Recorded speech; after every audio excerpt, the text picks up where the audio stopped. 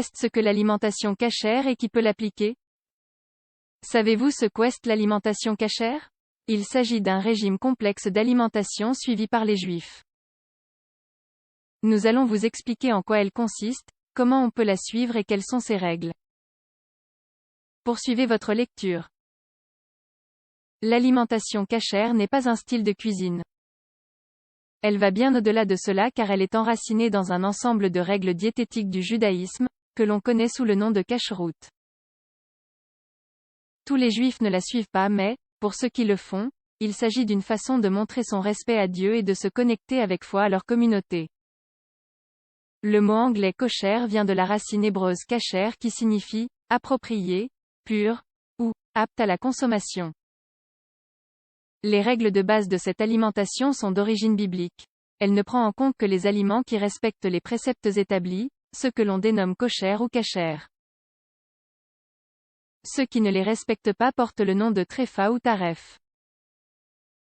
Vous voulez en savoir plus à ce sujet?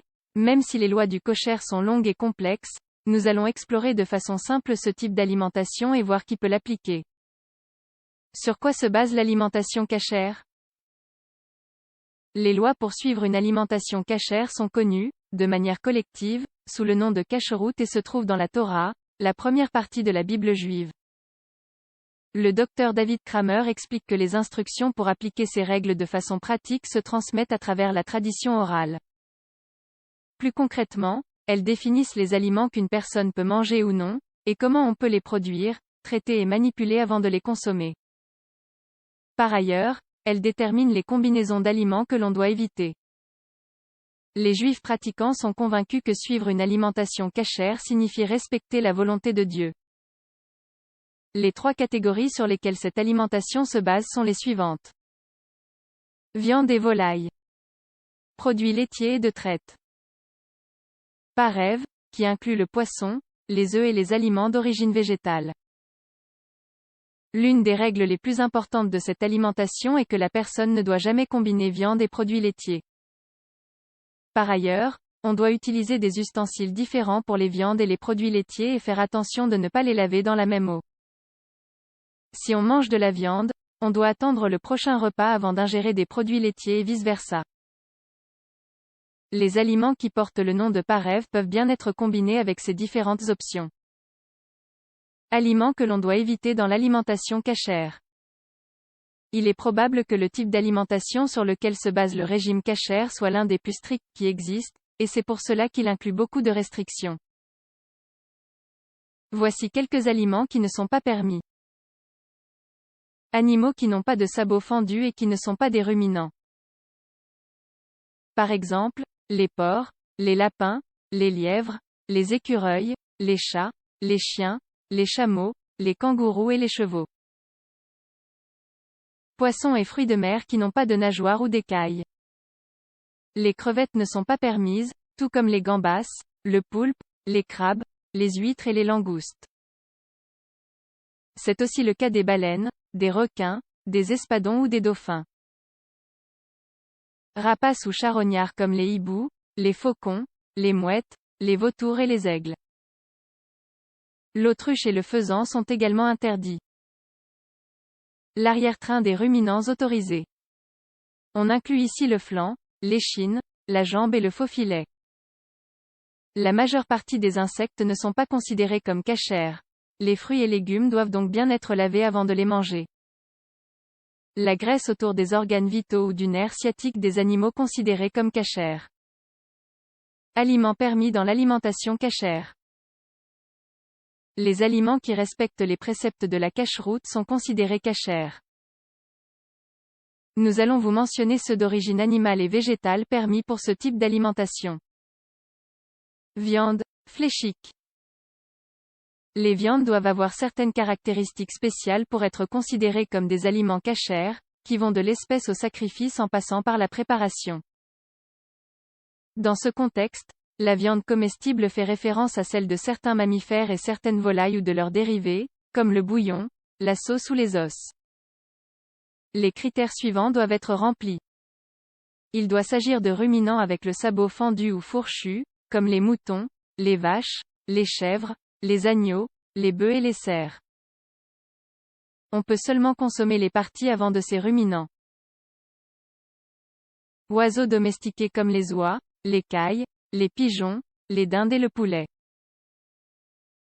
Ils doivent être sacrifiés à travers un rituel connu sous le nom de Sherita, dirigé par le chosset, entraîné et certifié par les lois juives. On doit faire tremper la viande pour éliminer tout le sang avant de la préparer. Tous les ustensiles doivent être kosher, c'est-à-dire qu'on ne doit les utiliser que pour les viandes et produits à base de viande. Produits laitiers, milchik. Le lait, le beurre, le yaourt et le fromage doivent respecter des règles spécifiques pour entrer dans le contexte du kasher. Ils doivent provenir d'un animal kosher. On ne peut pas les mélanger à un dérivé de la viande.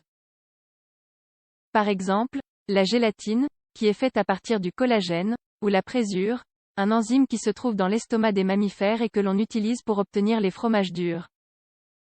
Les ustensiles pour les préparer et les consommer doivent exclusivement être réservés aux produits laitiers. Poissons et œufs, parèves.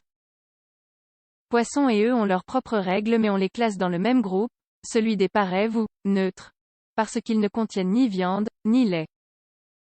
Le poisson, pour être considéré kasher, doit avoir des nageoires et des écailles, comme le saumon, le maquereau, le thon ou le flétan. Il ne requiert pas d'ustensiles exclusifs pour sa préparation et on peut même le manger avec de la viande ou des produits laitiers. Les œufs peuvent s'obtenir d'oiseaux et de poissons kasher mais qui n'aient pas de traces de sang. Pour cela, il faut bien les inspecter. On peut aussi les manger avec de la viande et des produits laitiers. Céréales et dérivés. Pour que les céréales et dérivés soient considérés comme kasher, les ustensiles de préparation et les ingrédients doivent être compris dans la liste kasher. Par exemple, si les plats du four ou d'autres équipements ont des traces de graisse animale, ou si les céréales et dérivés sont cuisinés dans des plats où l'on prépare des viandes et des produits laitiers, alors le dérivé de la céréale ne rentre pas dans le cadre de cette alimentation. Si le pain se prépare avec du beurre d'origine animale, au lieu d'huile ou de beurre végétal, ce n'est plus un produit kasher. Étant donné que ces méthodes de préparation ne sont pas spécifiées sur les étiquettes des produits, leur certification est exigée. Fruits et légumes. Les fruits et légumes sont considérés comme kasher car il s'agit d'aliments naturels. Néanmoins, étant donné qu'ils peuvent être infestés d'insectes ou de larves, une inspection est exigée avant de les vendre ou de les consommer pour détecter la présence de ces derniers. Si les dérivés des fruits et légumes sont préparés dans des équipements non kasher, ou dans des équipements où l'on a préparé du lait ou de la viande, alors ils ne portent plus cette distinction. Fruits secs, graines et huiles dérivées.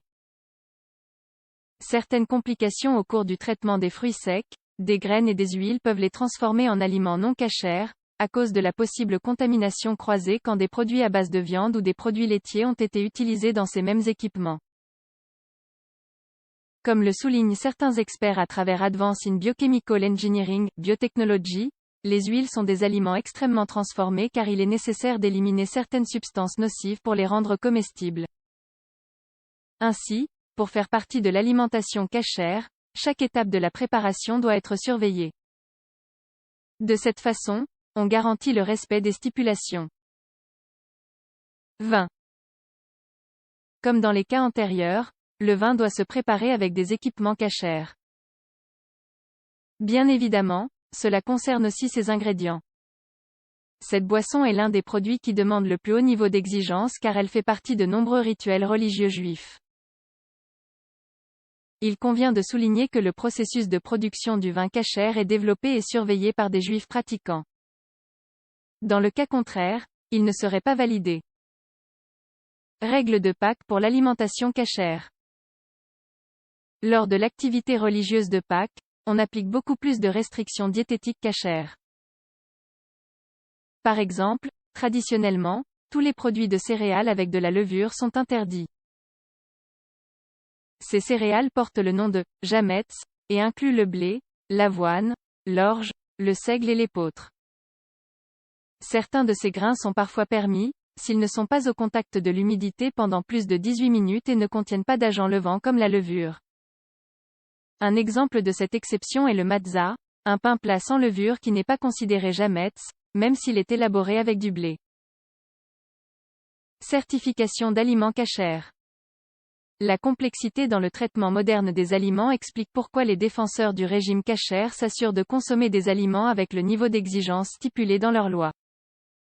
C'est pour cela que des systèmes pour certifier certains de leurs produits ont été établis.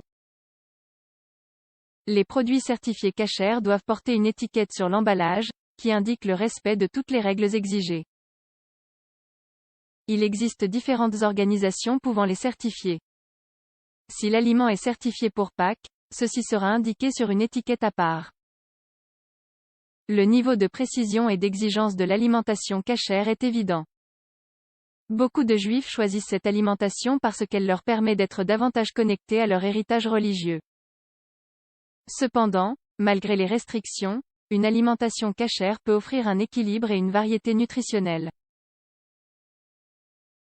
Par ailleurs, la certification a été d'une grande aide pour simplifier le processus d'achat.